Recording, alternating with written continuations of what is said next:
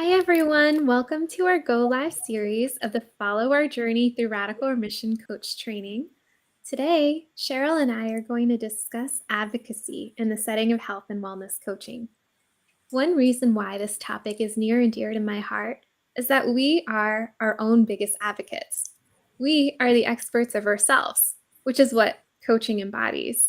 Therefore, advocacy is an important topic to discuss in the context of coaching and in life in general. And so today we're going to discuss advocacy and what that means in the context of health and wellness coaching. Yeah, so advocacy is such a big topic, one of my favorite parts of my job, and I feel like it goes hand in hand with empowering others. So I've looked at multiple different advocacy websites, and all of them seem to have a very similar definition, which is advocacy is defined as any action that speaks in favor of, recommends, argues for a cause, supports or defends, or pleads on behalf of others. And there are three different types of advocacy. There's self-advocacy, so advocating for yourself, which will be our primary topic for today. And through health and wellness coaching, this is what we are trying to get our patients to be able, or clients rather, to be able to do for themselves. And then there's individual advocacy, and that is when an individual or a group or organization advocates for another person. So many coaches are also advocating as healthcare professionals. We are advocates in that way. And then there's system advocacy. So focusing on changing laws and policies with the intent of supporting a certain group of people. So that's the big holistic approach to advocacy. So like lobbyists would fall under this type of advocacy. So I think that as a coach, we can be all three of these types of advocates. But to me, the most important is the self-advocacy. And we've all heard the quote, if you give a man a fish, he eats for a day. If you teach a man to fish, he feeds for a lifetime. So as a coach, we can empower others to learn how to advocate for themselves while still also providing individual advocacy as needed and system advocacy to address health and wellness as a whole in our communities. I love that you have given the foundation of advocacy with those three different levels. And because, like you had mentioned, it's holistic in alignment with the big picture. And this goes to the general theme of life that we are a microcosm, right, of this macrocosm of an environment that we're in. So any change or anything we do does have a ripple effect. Obviously, the extent of that ripple effect changes depending on the situation and the environment we're in, but everything starts with us. And so, as health professionals and now as coaches, I agree that the most important is self-advocacy. And so, what does this self-advocacy mean? Like, what does it actually mean to advocate for yourself? For me, I find that it begins with having that self-awareness, to have that introspection, and also education. Education for me has been a huge way to empowerment because often it's like, how do you know if something is right or wrong for you, right? How do you know what's best for you? Not necessarily a right or wrong. And it starts with us, and there's no one size that fits all.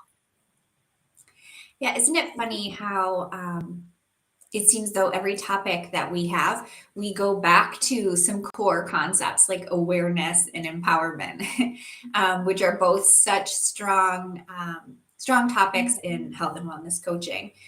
So to continue, like as coaches, how do we help our clients with self-awareness and education? I think an important part of empowering our clients to self-advocate is to assist the client in self-exploration and education, which go hand in hand.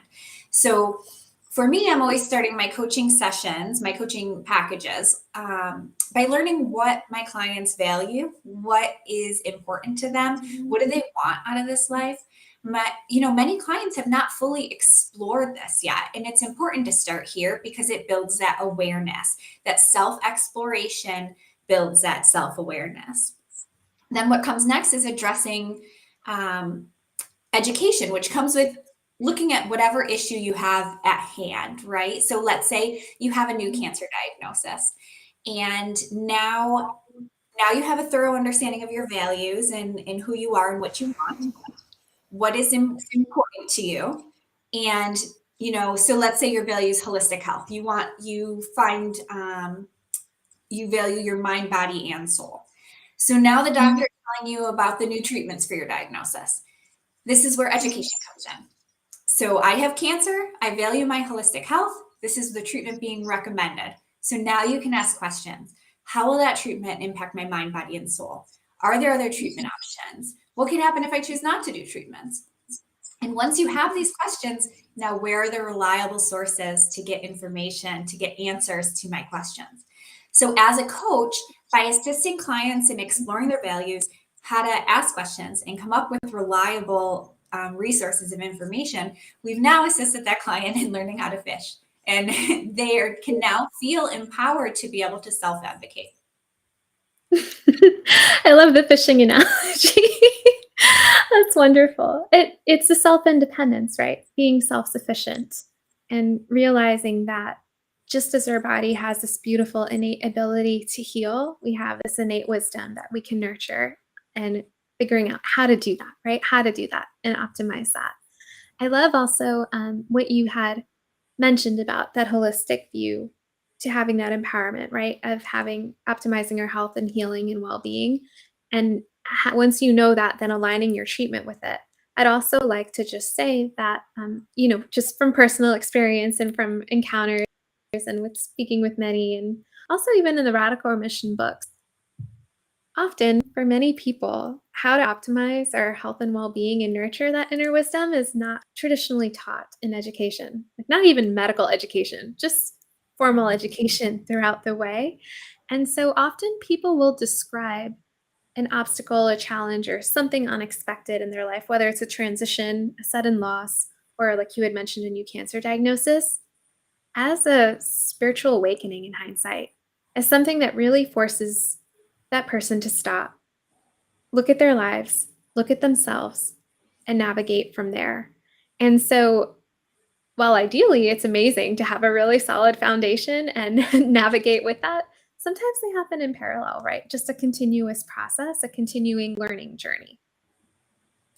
Yeah, I mean, I completely agree. I didn't start on this self-exploration and healing journey until my late husband was diagnosed with cancer. It was something like that that triggered me to start this journey. And you're right, it's not something this kind of self-exploration and tuning into your inner wisdom, and it's not taught through education, unfortunately. And that would be, I think, so beneficial to be able to have started this process so much sooner, and have that knowledge, when it came to receiving that information. Um, Even though it's a continued journey, right? It's constant because it's not a linear process at all. We're constantly growing and we're constantly changing. So we constantly have to re-explore ourselves and who we are after different experiences that we encounter. And I think it can be a beautiful journey. It is a beautiful journey if you allow it to be. And I've personally loved it. So, in the setting of health and wellness coaching, we want to give you just some ideas, some tips on how to start self advocating for yourself. Like, what does that look like? So, as I talked about, making a list of questions. Questions can be, there could be so many possible questions that you could ask. So maybe making a list of them, writing them down, understanding where your gaps in knowledge are, and then let's say you're getting that information. If you're not fully understanding it, ask more questions. It's okay. A lot of this health and wellness information is scientific and intense, and it could be a lot to comprehend. And you might have to ask multiple times, and that is absolutely okay. Um, And then learning as much as you can, exploring all of your, different resources, different avenues in which you can get information. If you're going to an appointment, maybe you need to take notes, invite a friend or family member, do an audio recording so that you can refer back to it, whatever it is that you need to help retain that information that you're learning. You can bring up, oh yeah, this is an important one. So bringing up concerns, even if you feel uncomfortable. So maybe that's, you may feel intimidated by doctors. Some people feel intimidated by working with their doctor. Maybe it's, you have a personal female type question, but you have a male doctor, or vice versa. Those situations might be uncomfortable, but you still need that information. So how are you going to get it? So one way could possibly be to have an individual advocate, the type of advocate that we spoke about earlier, that can come with you to your appointments and help speak up in those situations where you might feel uncomfortable. Another thing that could be helpful is keeping copies of your medical records, easy to refer back to. You have all of your, it's just another resource, another source of information. Getting a second opinion, I think, is extremely important. As a nurse, I recommended this to every patient, and the doctor completely did too. He always encouraged a second opinion. Seeking a second opinion does not mean that you think any less of your current doctor, but this is your health and your life, and it's important to get a full understanding. And then another important one, I think, is providing feedback to your healthcare team. And this sometimes could be intimidating as well. And I guess I said healthcare team, but I also mean any of your health and wellness professionals that you're working with.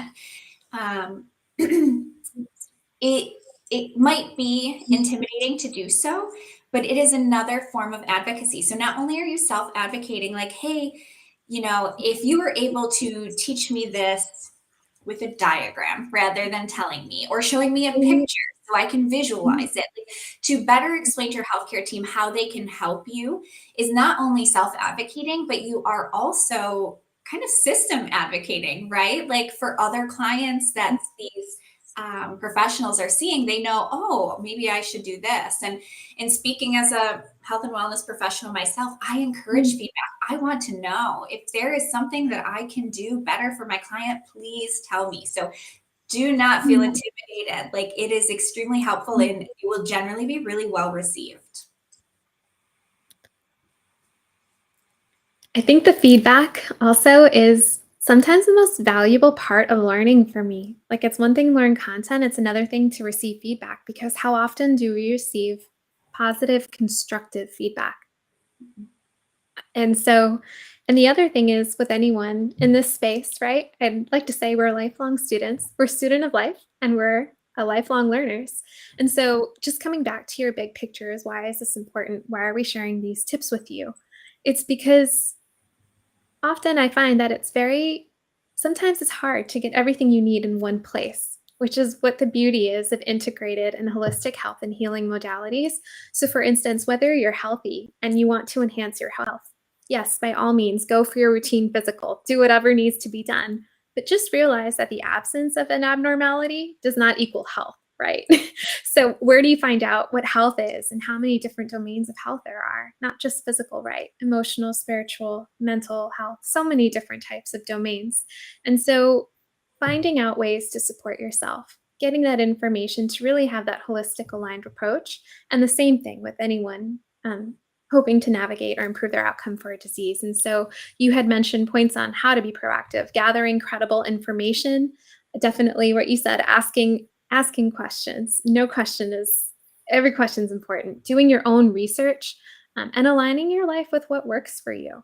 And so just be wary too. If someone's not offering you more than one choice, it may simply be because they don't know it themselves. And it's very hard for any one person to know everything. So definitely fill in the gaps where you need to. And key to this is education is empowerment, and education is advocacy. Yeah, exploring all your options, I think, is a really good point. Our medical system can be amazing, but there's also other healthcare, systems out there as well, Chinese medicine and all different things that could also be helpful. So going to different areas and saying, this is my goal. How can you help me reach this health and wellness goal? um, and that brings up another point for me is sometimes you just don't know what you don't know, right? So by exploring all of these different realms, you might come up with different modalities that can help you heal or even just preventative care that you never would have known about before. So just asking, well, how can you help me? Um, How can I help myself? yeah, how can you help me help me? That's one of the things.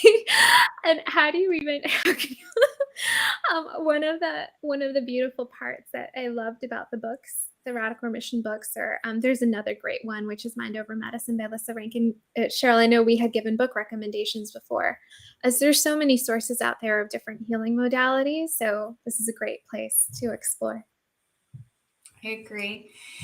So, thank you all for joining us today. Please don't forget to reach out. We'd love to hear from you. Social media, email, our websites, whatever works best for you. And we look forward to seeing you next Friday. Thank you.